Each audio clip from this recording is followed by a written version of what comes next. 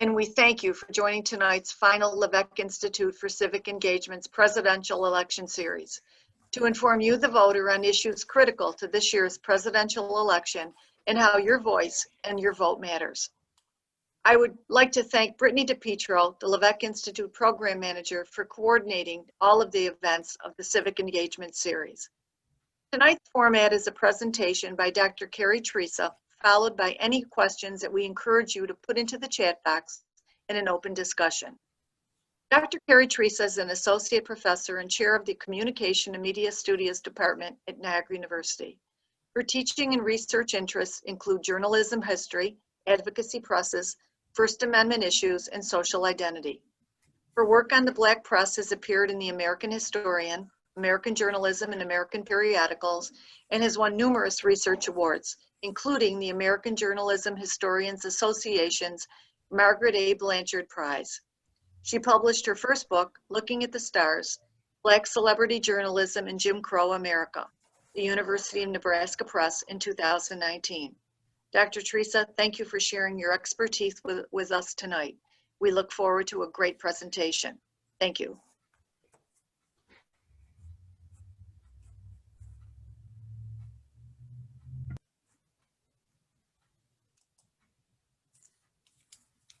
Hi, everyone.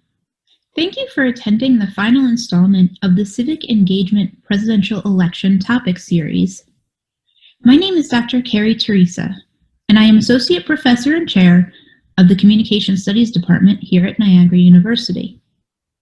For the next hour or so, I will be discussing journalism and political participation, how it should work, why it doesn't work right now, and what we can do to fix it.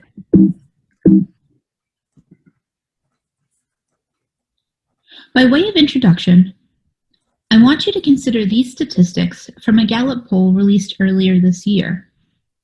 Mistrust in American news media is at an all-time high, with 40% of Americans saying that they believe the news they consume contains misinformation, nearly half of Americans charging that mainstream news is politically biased, and a further 66% saying that they believe what they see on social media, a main source of news consumption, is actually false.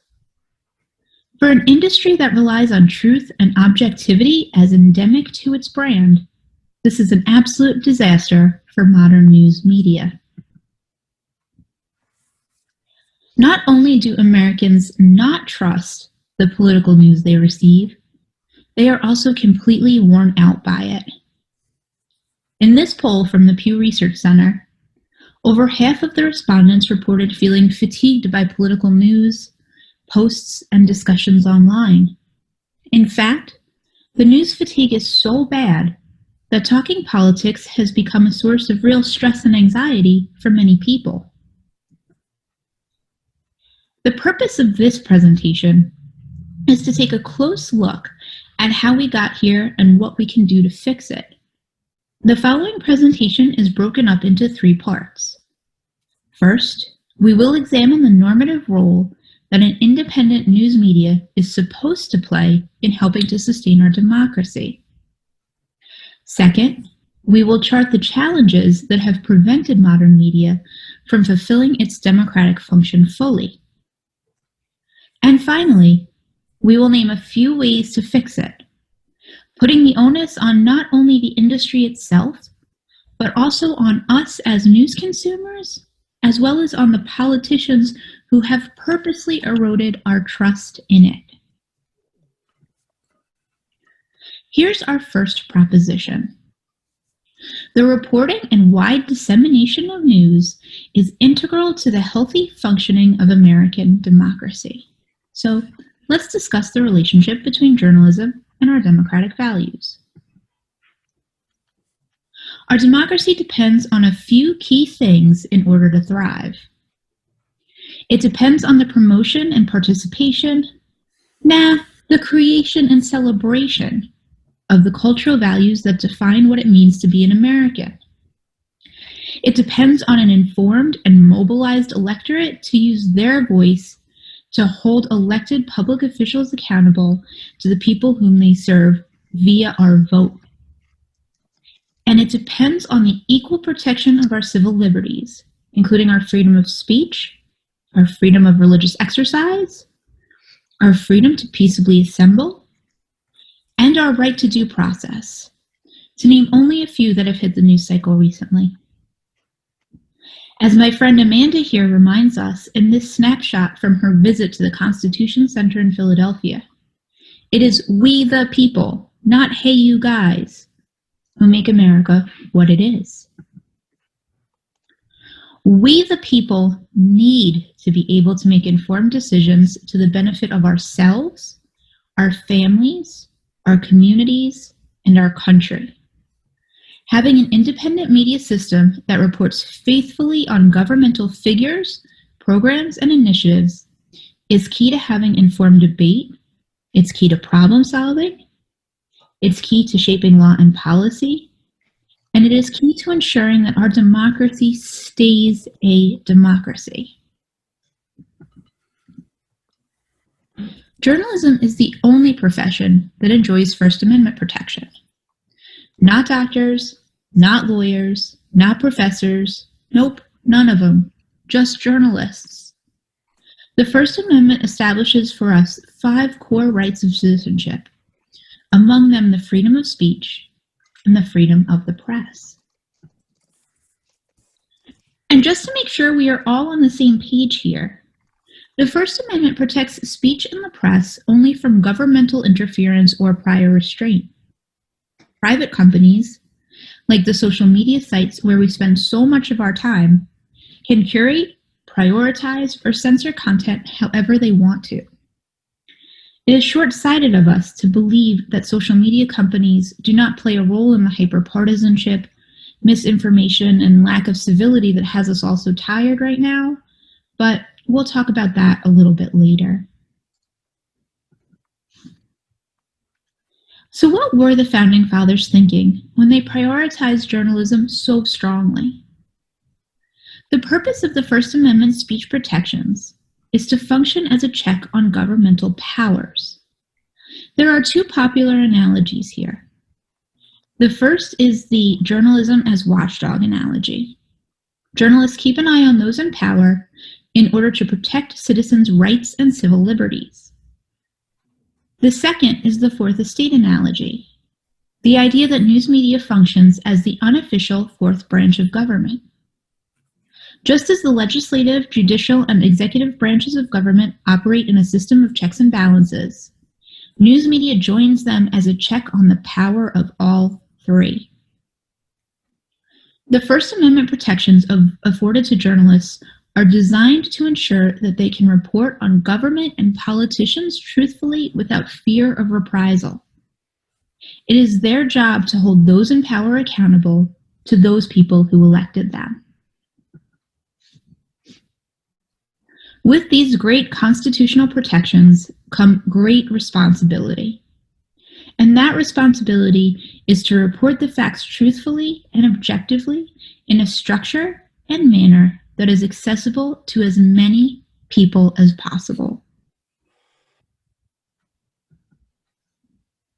When we talk about objectivity, we often mean the idea that journalists present both sides of a story without including their own feelings or biases into their reporting. And certainly, we as a society benefit from a press that strives to put truth ahead of emotion. But have you ever asked yourself why we expect news to be objective all the time? Where did that standard come from? When is it worth questioning or disregarding altogether? On this slide, you will find a quote from Benjamin Franklin's An Apology for Printers, which journalism historians have suggested is the very first time the ideology of objectivity was proposed by someone, quote, in the industry. Yet here, and again, 100 years later with the Associated Press, the motives behind objective news reporting are not moral as much as they are economic. If you are objective, you run a lower risk of offending anyone, and everyone will want to buy your newspaper. It's a risk-averse business strategy, not a moral imperative. In the 1920s, news outlets began to codify objectivity into their ethics statements and codes of conduct. And again, this was an economic decision to professionalize journalism. As historian Michael Schudson wrote, quote, "Objectivity seemed a natural and progressive ideology for an aspiring occupational group at a moment when science was God, efficiency was cherished, and increasingly prominent elites judged partisanship a vestige of the tribal 19th century." The end result of all of this is that news media play a huge role in determining who in our democracy are serious political actors based on the quantity and quality of their coverage of them. In the United States, we have been encouraged to consider news as more than an industry designed to make money. It is rather considered a central part of our democratic values. And as such, we have a tendency to either value it blindly or hold it to an impossibly high standard. The truth is, news is written by humans, and humans have emotions and biases and agendas and preconceived notions about the world. It is that humanity that gives journalism its strength, but it is also that humanity that makes it an imperfect instrument of democracy. Take, for example, the way in which news sets the agenda for its audience. It may not tell us outright what we should think. That's propaganda's job, after all. But it does tell us what we should think about. In the 2016 election, Hillary Clinton and Donald Trump each received the lion's share of coverage during the primaries. Is this because they were the best contenders on each side? No, probably not. It's because they were the most well-known to both journalists and their readers. That's a basic and very human tendency, to pay more attention to stuff we are simply already familiar with. You know what else is pretty tragically human? Using stereotypes, say of gender or race, to define and categorize people. Journalists do that too. So now that we understand why journalism is so important as an idea, let's turn to the ways in which it is suffering as a business venture. There are three main economic challenges that news outlets currently face. Let's consider each one in turn. The first challenge facing news media is that, ironically, though we feel inundated and tired of news, we are actually consuming less of it than we have in nearly a century. And I don't just mean newspapers. People assume that the newspaper industry's decline is simply the result of people consuming news via the internet.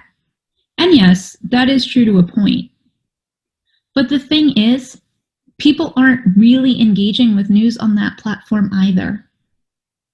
According to the Pew Research Center, news consumers spend an average of less than 3 minutes visiting their favorite news site.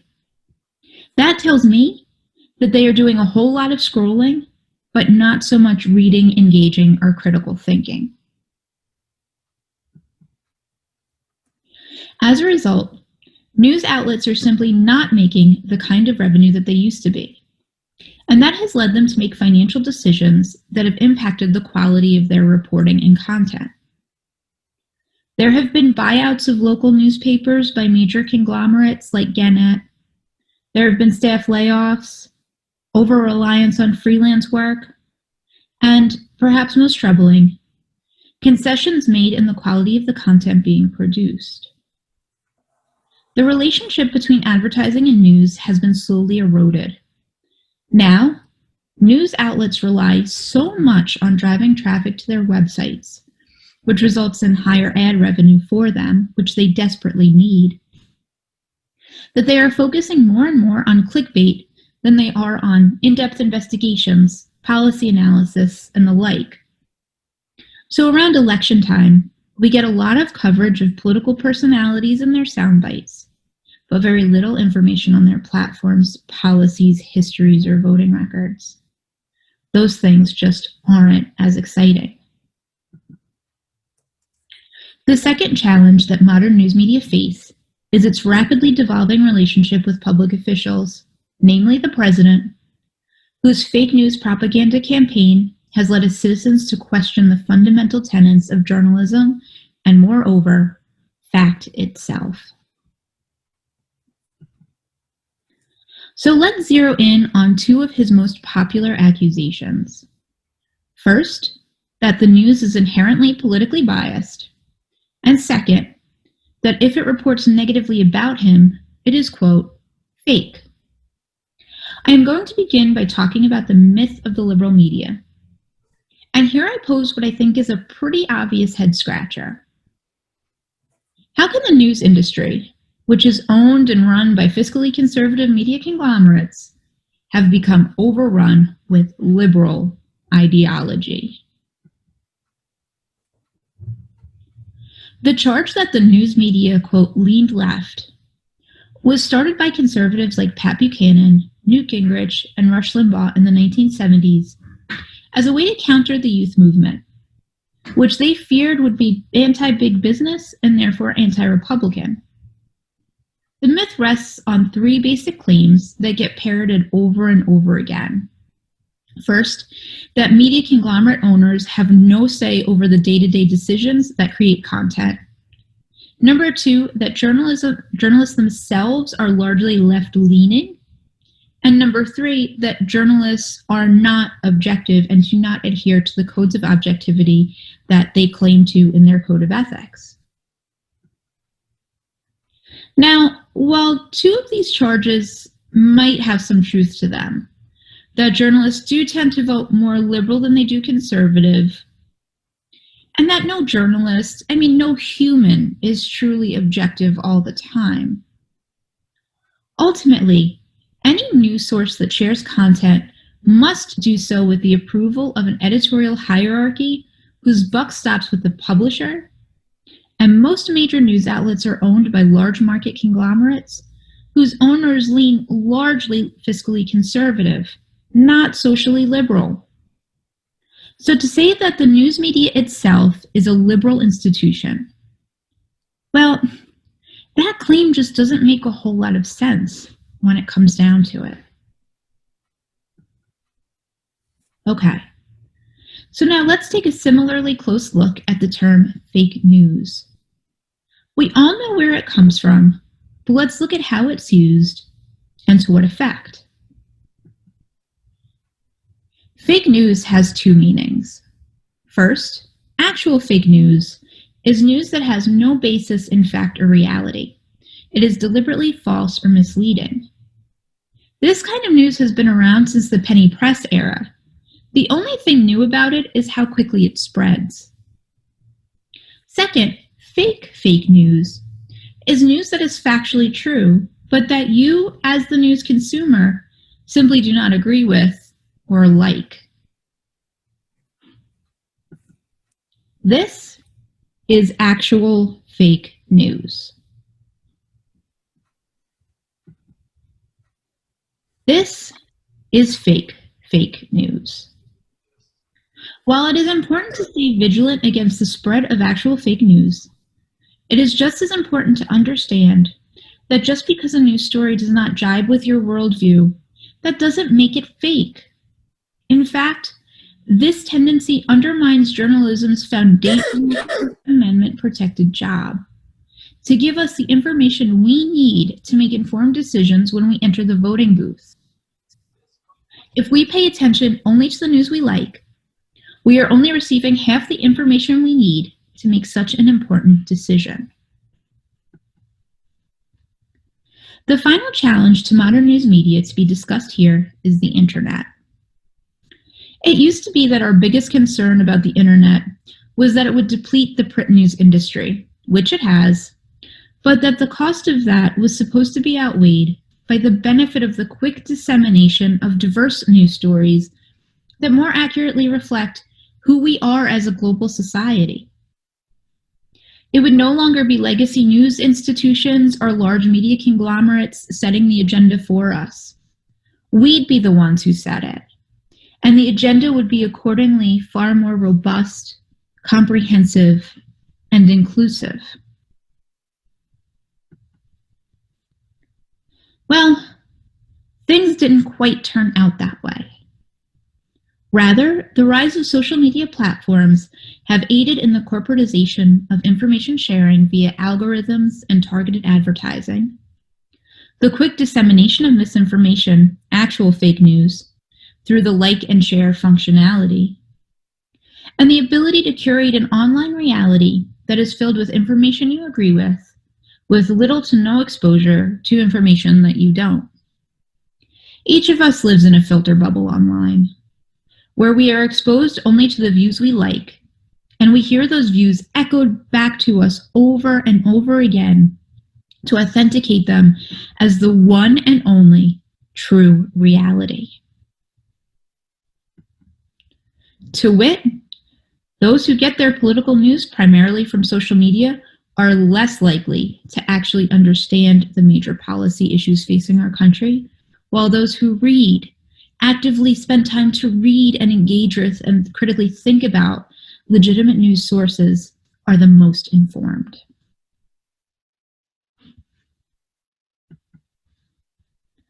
The end result of all of this is something called the hostile media effect. According to the hostile media effect, distrust of the news media has become so widespread that news consumers don't really hear opposing views. Instead, if something does not jibe with their existing beliefs, they simply write it off as bias or fake news.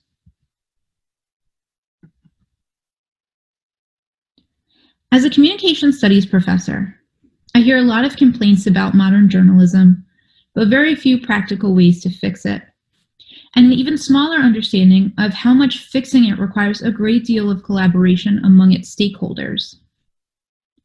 In order to have modern news media regain its foothold in American democracy, it needs to certainly do some self-reflection, I would never say otherwise. But it also needs the help of public officials and of us as media consumers. Let's start with the news institutions themselves. What can journalists do to fix the news? The answer? Balance power with responsibility.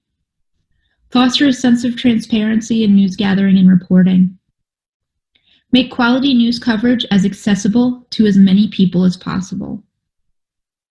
Seek balance not by manufacturing false equivalencies between candidates in order to appear objective, but rather be truly objective by seeking balance in reporting equally on all candidates so that voters understand the breadth of their choices. Avoid sensationalizing politics. Get to the issues, leave the personalities and the bickering behind. Make sure voters understand the historical context of the issues they are voting on. The best way to do that is to fill newsrooms with reporters who can speak truth to power on those issues. And finally, deny a platform to those who would lie, misinform, or undermine our democratic values. Don't hand them a microphone. Next, what can our elected officials do to help fix modern news? And yes, despite their historically adversarial relationship, they should be helping if they have any respect for democracy at all. The answer to this is very simple. Public officials, anyone who is elected or appointed to a job that requires service to the public, should accept that public scrutiny is part of the job. Look, I don't love student evaluations, but I know that as a professor, they come with the territory. Do they upset me sometimes? Yes. Do I sometimes disagree with them? Totally. Do I think the system could use some fixing? Sure. But do I think they should be completely eradicated or undermined? No, absolutely not. Because I love and respect my students, and at its best, my students' feedback will make me be a better professor. and that is worth any personal jab I may have to take here and there. Public officials should approach journalism the same way, and they should grow a thicker skin accordingly. Public officials, like those who run the FCC and the FTC and work closely with media giants such as Facebook and Twitter, can also stem the flow of misinformation not by instituting speech restrictions themselves, but rather by giving these companies the resources and the incentives to institute widespread fact-checking into their business models as best practice. Finally, what can we as news consumers do to fix the news we consume? In many small ways, we can make a huge difference. First, we could be more proactive about vetting the information we receive on social media. This is easy. We spend so much time going down internet rabbit holes about our favorite celebrity that simply Googling a news organization or taking a close look at a URL or an About Us page should be a very simple thing to do. Follow your intellectual, not emotional instincts. If something seems suspicious, it probably is. When the New York Post published its story on Hunter Biden's secret emails, several journalists from that organization publicly disavowed the story. A few took their names off it altogether. And this was after the Wall Street Journal refused to report on the story altogether because of its lack of credible sources. Those are major red flags. Pay attention to them. Don't dismiss them as partisan moves. As my mom always said, you get what you pay for. So, pay for good journalism. Students can subscribe to the New York Times for $1 a week. If you donate to your local PBS station, they'll send you a free mug. I have 2 of them. Don't forget about your local newspapers either. After all, who understands the issues that are important to your community better than the journalists who live in that community with you? Make sure they have the resources to do their jobs, which is to give you the information you need to do yours as citizens. And finally, vote. Vote for public officials who respect the Fourth Estate and who respect democracy itself. And if you don't like what's going on in our country right now, exercise your right to vote to change it. Thanks for your attention, everyone. And thank you to Patty Roble and the Levesque Institute for this opportunity. I hope you found this presentation informative, and I look forward to your feedback.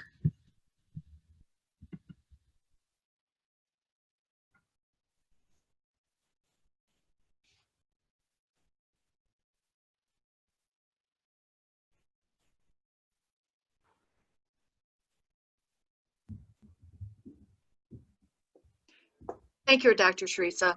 We thank you for your expertise tonight, and we now open it up for questions. If there's any, please put them in the chat box, and Dr. Teresa is available for the questions, the answers, and more importantly, we also open it up for open discussion. I'm going to start it out. If we don't have any questions on here, do you feel that the social media has contributed to circulating misinformation in the presidential election? If so, how so? Patty, is that for me or is that open to everyone? You, everyone, it's an open discussion. All right, well, let's see if some of my students have some thoughts. Okay. We talked about social media a few weeks ago.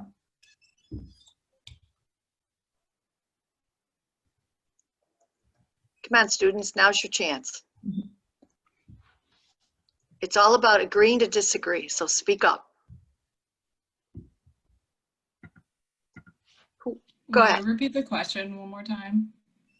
Yes, I will. Do you feel that social media has contributed to circulating misinformation in the presidential election? If so, how so?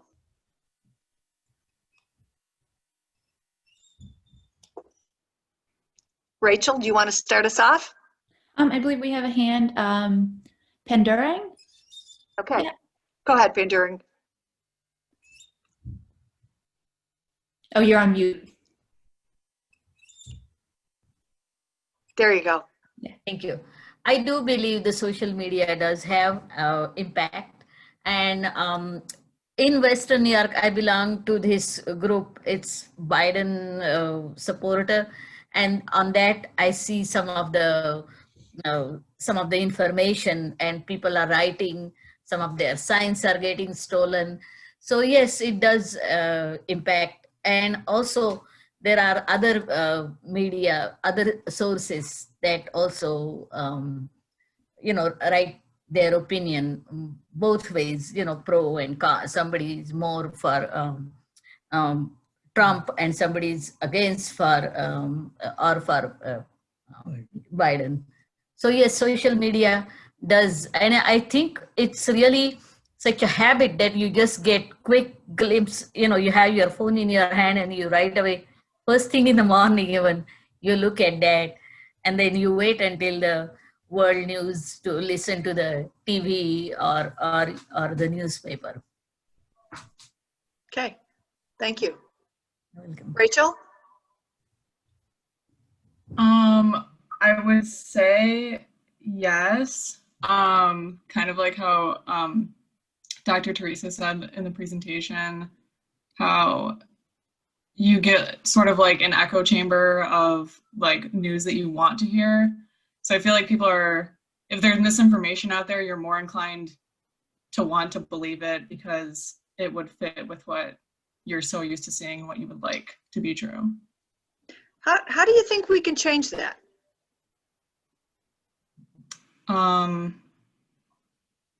Be a little more critical. I don't think anyone really is as critical as they should be or as self-reflective as they should be nowadays. Let me put this question out there. Are all of you comfortable to have a discussion where you feel that you can agree to disagree? If you see something that's not true, are you comfortable with presenting it in a different way, to present the facts?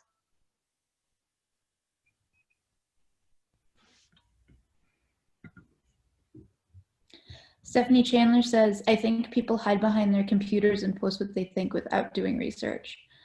I couldn't agree more with Stephanie.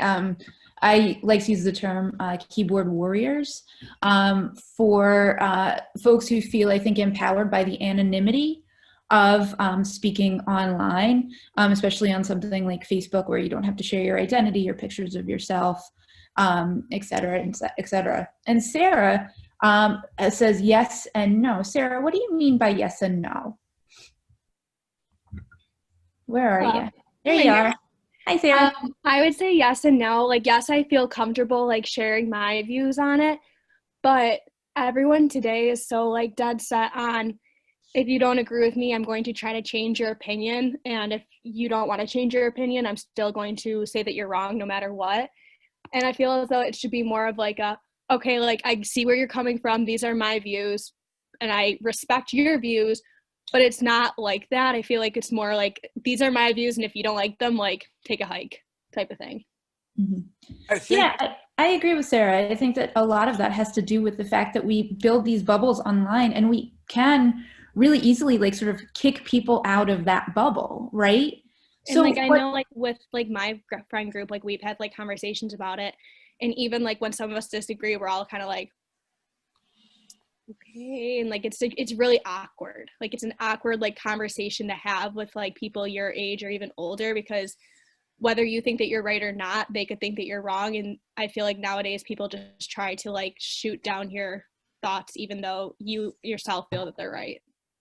Yeah, I think that's so easy to do on social media, because you can just, I mean, how many of you have ever like blocked somebody whose views you didn't like, or unfriended them, or what? I mean, we live in this kind of artificial reality where we can just kind of eliminate views and people that don't jive with us, instead of having that pressure to get together and actually have that awkward conversation, because we have to like, sit in a room together, right? And instead, when holidays come, like Thanksgiving's coming up, how many articles have you seen about how to talk to your politically opposite family members? And all of a sudden, everybody's so anxious to talk about this stuff because we haven't really been flexing those muscles that Sarah has pointed out, of civility, of compromise, of having civil debate. My class knows a lot about that at this point. The chat is going like crazy, so I'm going to go ahead and, Brittany, do you want me to moderate the chat? I'm happy to do it if you'd like. Either way. Yeah, I think we start with Caroline. Caroline. So Caroline asks, what do you all make of Twitter responding to some of the president's claiming they're fake or not factual? Do you think Twitter or another social media giant's their place to say whether an elected official is saying factual or non-factual information, especially because Twitter is a worldwide platform? So everybody feel free to share your thoughts on that question. I think that Twitter and other major global powers in the electronic media need to take a stand on a standard for norms and values. I think speech that's hate speech should not be even put on there. I think speech that tends to denigrate women, speech that tends to denigrate any group that's especially less advantaged is really should be censored out. And that's because there's so much power in the media and it can influence so many people. I myself am reluctant to speak out in conversations because it depends on the audience. If you think your audience is unbiased or at least willing to listen, then it's worthwhile. But if they're not, then what is the point in arguing with people who have made up their minds already? And so many people on so many issues seem to have made up a biased decision, and it doesn't seem like there's any winning them over. Yeah, that's a good point, Warren. And I would urge everyone here to follow the Section 230 hearings that are happening right now that involve Jack Dorsey of Twitter and Mark Zuckerberg of Facebook. Those are the two guys that are pretty much on the hot seat right now. Just sort of a quick overview of Section 230 of the Communication Decency Act. Basically, inoculates or protects platforms like Facebook, Twitter, YouTube, Reddit from being sued for the content that users post on their websites. So if somebody posts something defamatory on Twitter, Twitter can't get sued, only the user can get sued. And so Congress is taking a look at Section 230 to see whether or not it needs to be amended, given how much misinformation and how much vitriol is circulated on social media. And now, these social media moguls have kind of made quite a bed for themselves because they've had Section 230 immunity for so long.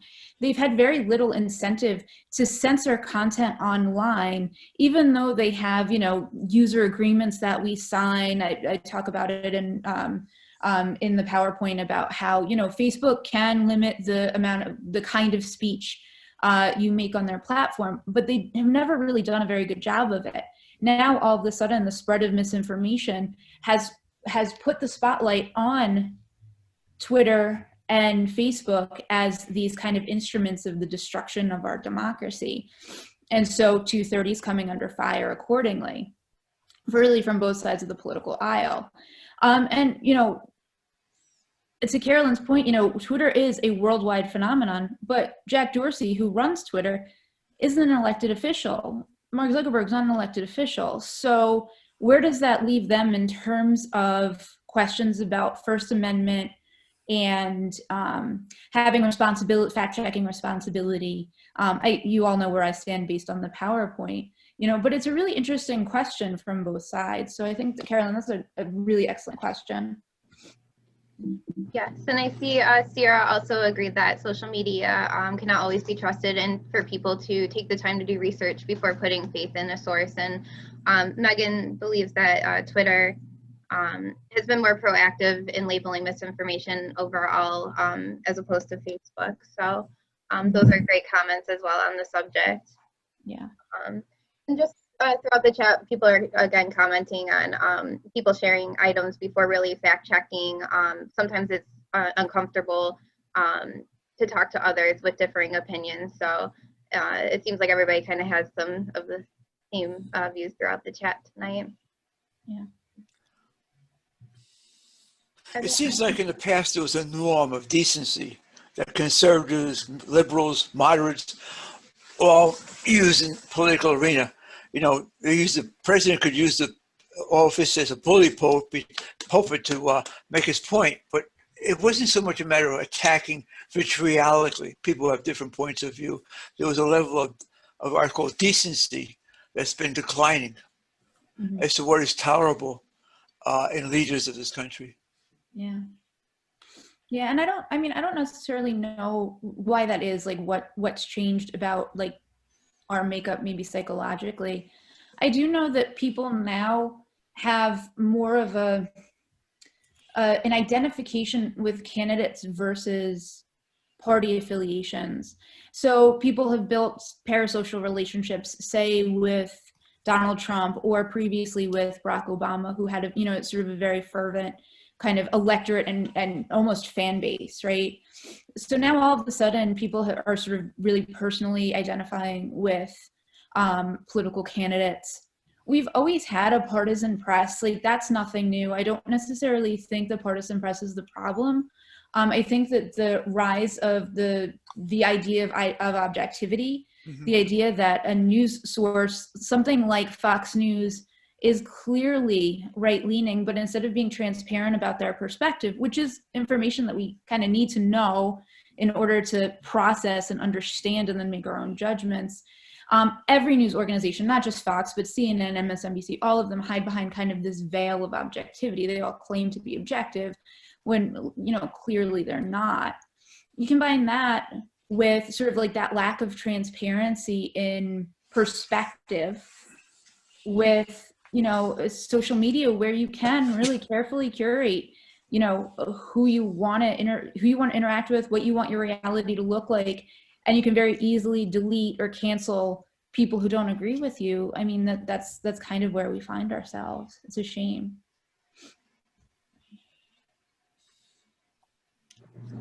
Okay. Lynette says, freedom of speech understood, however, it seems criminal to knowingly spread misinformation and disinformation and false information. So there should be some recourse. So the difference between freedom of speech, but also spreading of false information, and kind of where to draw the line. Yeah, Lynette, I agree with you completely. I think that there should be some recourse for spreading misinformation. And I think that, institutions like the agencies like the FCC and the FTC can put pressure on social media platforms to do just that. They put pressure on them for, things about privacy and other issues that, this is right in the same wheelhouse.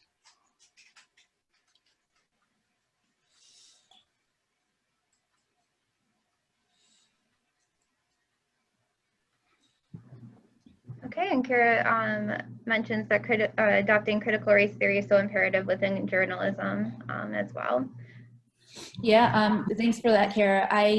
My specialty is in Black press journalism, so I'm coming into discussions about journalism and objectivity and freedom of speech from the perspective of being a student of the advocacy press and the Black press, and from a really critical perspective. When we talk about agenda setting and framing, the idea is that, for a long time, mainstream journalism has decided who and what is important, who and what is worthy of our time and our consideration. And largely that has left out many, many, many diverse voices. So the Black press, I think, is a really great example of a press that has democracy in mind, that uses its First Amendment right to great effect. The historical Black press, just to go on a small tangent, was started in the antebellum period as an abolitionist press, and then continued through Jim Crowism to stand up for and fight for the rights of Black citizens under institutional oppression. And so their perspective was very clear. They never made any claims to objectivity because they were writing with a specific cause to a specific audience with a specific agenda. And they were incredibly successful. And the whole point of the Black press was to hold America to the democratic values that it outlined in the Constitution and in the Bill of Rights. To me, that's journalism at its best. Journalism at its best isn't creating false equivalencies between like two political candidates or whatever to appear fair, to appear, journalistic, or to, get as many subscribers or clicks as they want. It's, to act as the watchdog, to act as the fourth estate, to hold us accountable to those democratic values. So yeah, I think everything I do when it comes to journalism, criticism, and history comes from that perspective, or is informed by that perspective. Wonderful.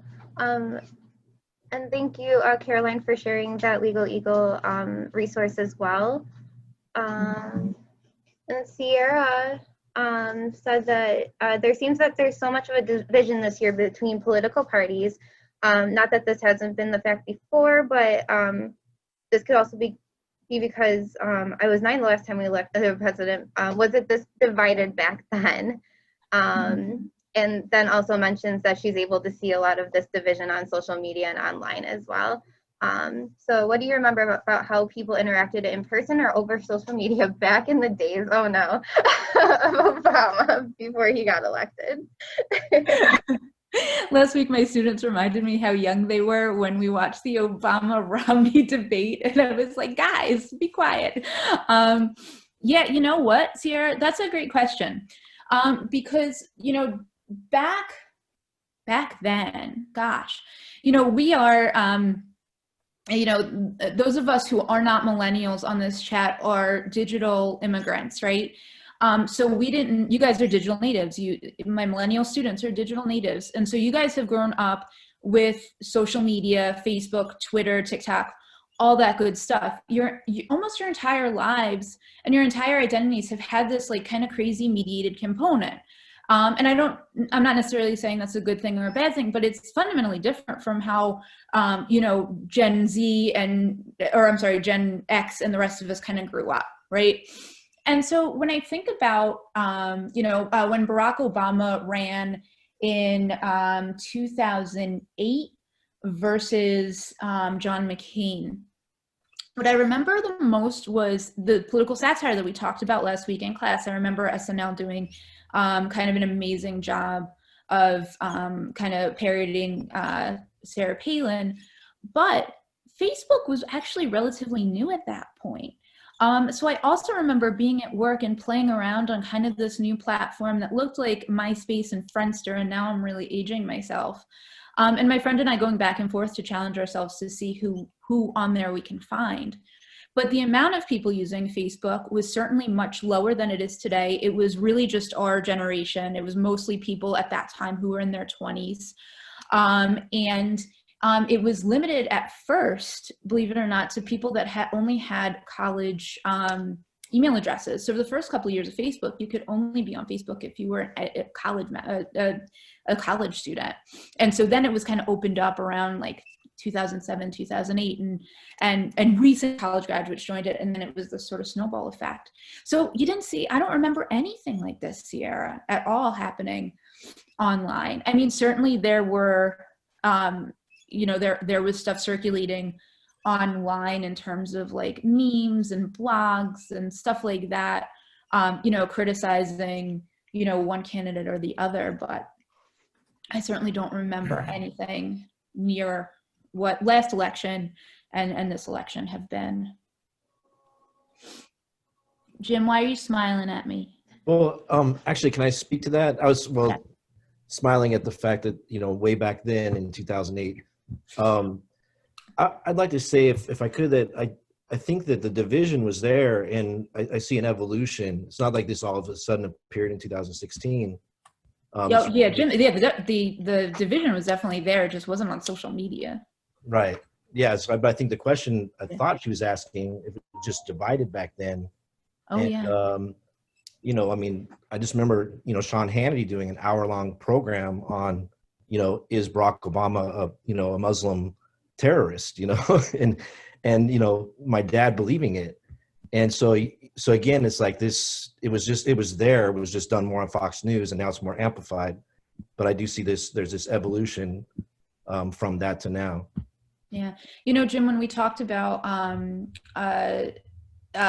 political, when I guess we were talking about town hall debates, I encouraged my class to watch the clip of John McCain at the town hall meeting where one of his supporters asked him how he felt about Barack Obama being a terrorist. And McCain, as I'm sure you remember, kind of famously takes the microphone from the woman and says, look, I may not agree with Barack Obama, but he's certainly not a terrorist. Do you think that there's been sort of like a fundamental change in civility? We talk a lot about civility in politics and media. Do you think there's been a change in civility that's been kind of amplified since then? Or do you think that that's just kind of an anecdotal, kind of not great example of how political actors were interacting back then? No, I think it's definitely worse, but I guess it's funny. Most of the people I follow right now and the voices I listen to are never Trumpers. So these are, Bush people. And what I would love, so Steve Schmidt and, he led McCain's campaign. But I would love to see these guys do is to own up to their role in where we are right now. Mm-hmm. So you talk about, going back to, what's his name? The Bush's campaign leader, Karl Rove. Yeah. Talking about how, truth doesn't really matter. We create it, right? So the seeds were there. And so I think if we really want to get to the heart of this problem, we have to go back and talk about how it developed to where it is now. So how do we end up here? Yeah. Yeah. So, it's not just, as Jim's pointing out, like, it's not just social media's fault. It's not just the partisan press's fault. There have been a lot of factors that have kind of brought us to this point.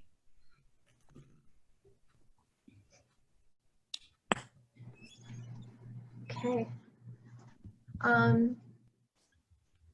So just going back a little bit, Caroline mentioned cancel culture as a movement that started with wanting accountability, but can sometimes spiral out of control, and that partisan media lean heavily on this idea. So she wonders sometimes how effective it actually is, because a lot of A-list celebrities come out of scandals unscathed. Mm-hmm. Yeah, I think, cancel culture is a really sort of, in a lot of ways, a really sort of strange phenomenon. I agree there, Caroline. I have sort of my issues with it as well, because I don't think it leaves a whole lot of room for, how would I put this? It doesn't leave a whole lot of room to encourage people to self-reflect and to be motivated to correct their behavior. I think it leads to a sense of self-consciousness that perhaps maybe silences honest reflection, honest questions, thing like the kind of debate that we could have, that if we could have openly might actually change minds. I think creating a chilling effect is never, no matter how difficult the conversation, I don't think creating a chilling effect is ever a particularly productive exercise. And I think cancel culture does that. In short, I think cancel culture does attribute to sort of a chilling effect where we are a little too scared to have honest conversations about issues for fear of being, quote, canceled, when maybe those conversations would lead us to have a better understanding of people's experiences and how they're feeling, and would maybe lead to either our minds and our hearts being changed or our ability to, in a civil way, change people's hearts and minds as well. That said, there have certainly been celebrities and other figures who have been canceled for, egregious acts and saying egregious things that, in 2020 they should know better, and for them I have no sympathy. But I think, that's one of those things that really needs to be balanced. Wonderful. So Kara had a question. Is it fair to say that cultural media hegemony plays a part in sociology of the journalist?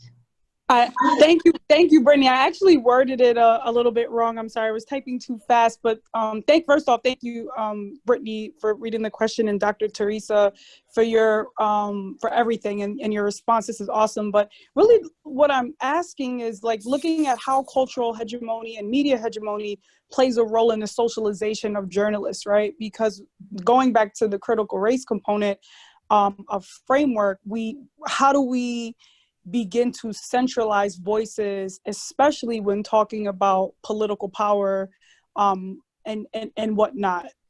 Mm-hmm.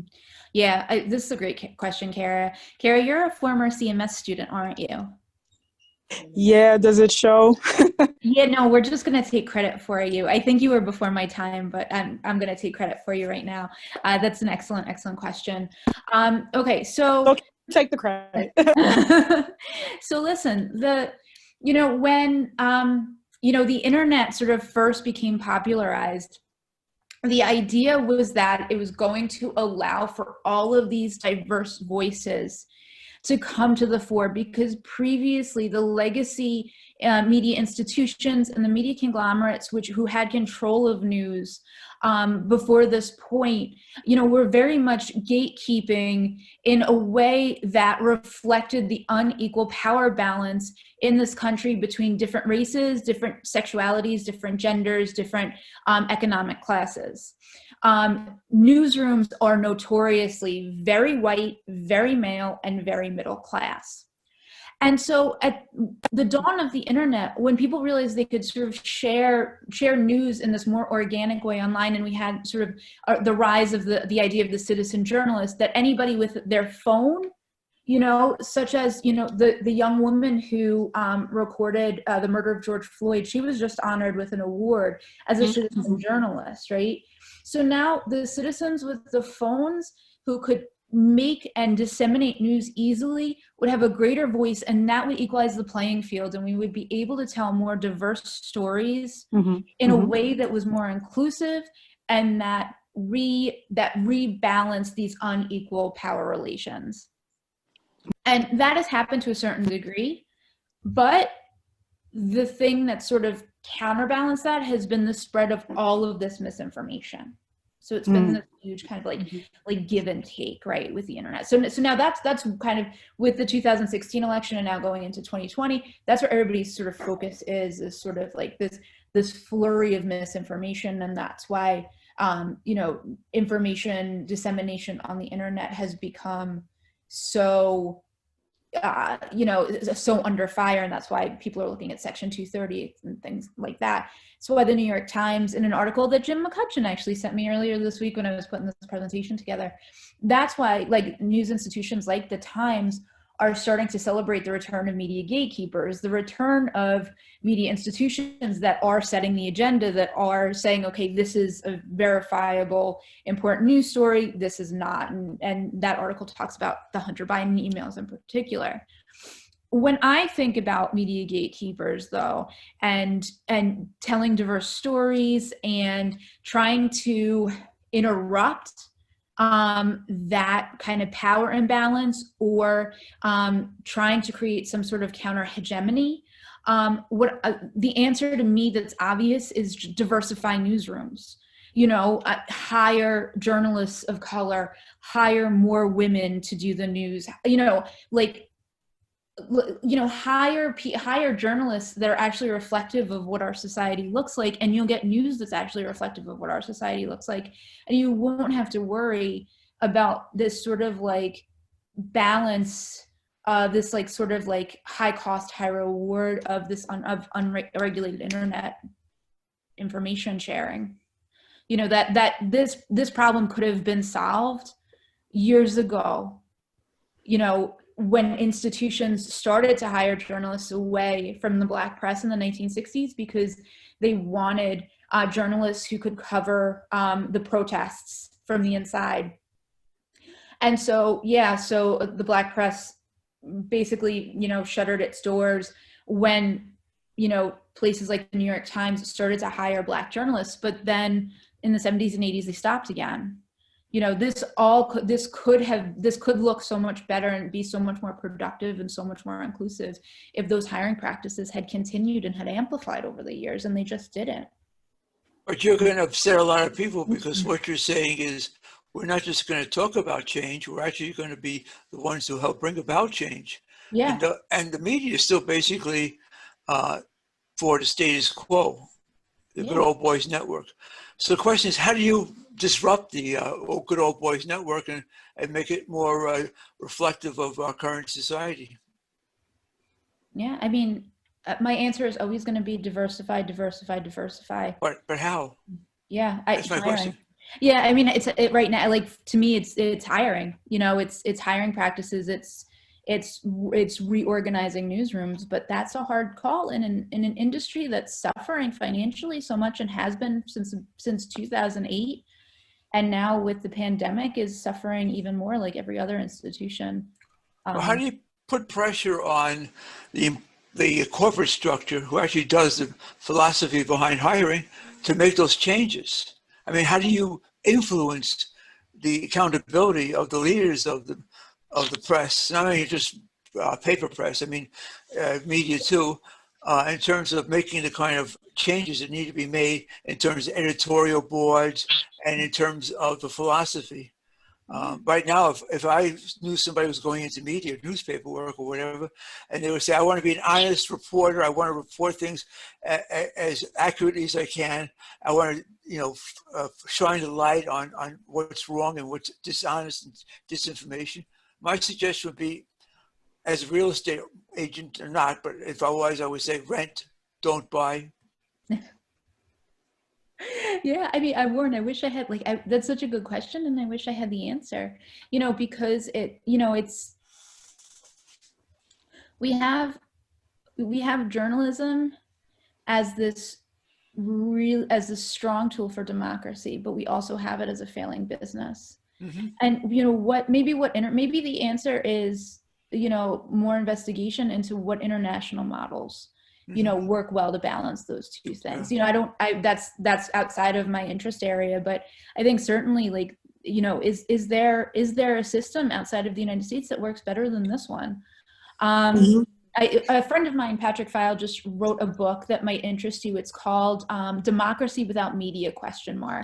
And it questions the fundamental premise that that news should be an industry. It questions it makes the argument that a news industry in a capitalist system simply can't be a democratic apparatus. And so I don't know necessarily how I feel about that argument, but it's definitely it's definitely a provocative one. So you might want to, I'll put the name of that in the chat. Dr. Teresa, could I chime in on that? Because I'm so glad you mentioned that book, because I was just about to actually share that same information. And also too, and this has been one of the biggest criticisms of the Telecommunications Act, right? It opened up the floodgates to keep and withhold current day power structures. So it is, as Dr. Teresa had mentioned, it is a complex issue. But one of the things to start to dismantle it, right, it's going outside of hiring BIPOC plus individuals as, the leaders of DEI initiatives, right? It's about being intentional of who are you allowing into spaces. What does your hiring practices look like? It's talking about the power structures that are at play and actively working to dismantle them. But it has to come from the current power structure. It cannot come from minoritized and marginalized voices. And especially in news media, and we see this, they are expected to do the work. But thank goodness for disruptors in the industry, right? You're seeing more like the Young Turks and other, off news organizations that are starting to create content centered around these voices and offering different views. But if we're looking at the big three, there's a lot of work that needs to happen, but it has to come from the top down. So we're seeing organizations like NBC adopt a, DEI strategy and whole initiative office. But the next level, if they want to create not only equity, but structural equity, is to take the actual steps to create a system that is anti-racist at nature. Mm-hmm. Yeah. Thank you for that, Kara. Yeah. I'm looking at our time, and I just want to keep us on track. Dr. Teresa, do you want to answer anything for that, or? No, I mean, everything Kara said was completely on point. I mean, completely on point. She's absolutely right. You know, the onus should not be on, you know, journalists of color to diversify, right? That's not their work to do. It's not their anti-racism work to do. It's the institutions themselves. And she's 100% right when she says that. So yeah, I think that I'm completely in agreement. I would just like to point to the quality of Kristen Welker in the last presidential debate, both as a woman of diversity. She did such a fine job. And I think if we look to points like that and think about that everything is equal in journalism, if we ever get to that point, we'll have a much finer day. I get to close tonight, and I can't thank Dr. Teresa enough for really sharing your time, your expertise with us. I hope all of you, the whole point of the Levesque Institute series through this presidential election is that you become informed, and you become informed through facts. You know, I'm probably the one who could talk the most about presidential elections on this call. It will be my 11th presidential election that I am voting on Tuesday. And in all my days, I've never seen anything like this. And sad as it is, it's still about a democracy. Mm-hmm. And for you as young people, you have to remember that nothing's ever going to change unless you feel confident in standing up for what's right. And no matter what your vote is, who you believe in, which candidate's opinions, it's about your voice because it matters. And I encourage you to go on to the Levesque Institute, our website. We've spent an awful lot of time putting facts versus fiction on there, the candidates' positions, because we feel it's important for you to become the informed voter. When you think that it's not important to learn how to agree to disagree, then democracy will not be strong. And we have to really realize that we've never been at a point in time like we are now. And it doesn't matter which side you're on. The sides have to matter that you learn that you have to come together. There always has to be a time to come together. So this discussion tonight should really be a great point for you to realize that when you speak facts speak for themselves. And you might think you're getting nowhere at the time, but you will in the end. Mm-hmm. So please have the facts, know they're on your side. And when you vote on Tuesday, remember, a democracy is about what you feel and exercise that right. Mm-hmm. So again, Dr. Teresa, to all our participants tonight, thank you for joining us. And it's been our pleasure to provide this series to you. Thank you again. Good night. Thank you, guys. Thank you, Patty. Thank you.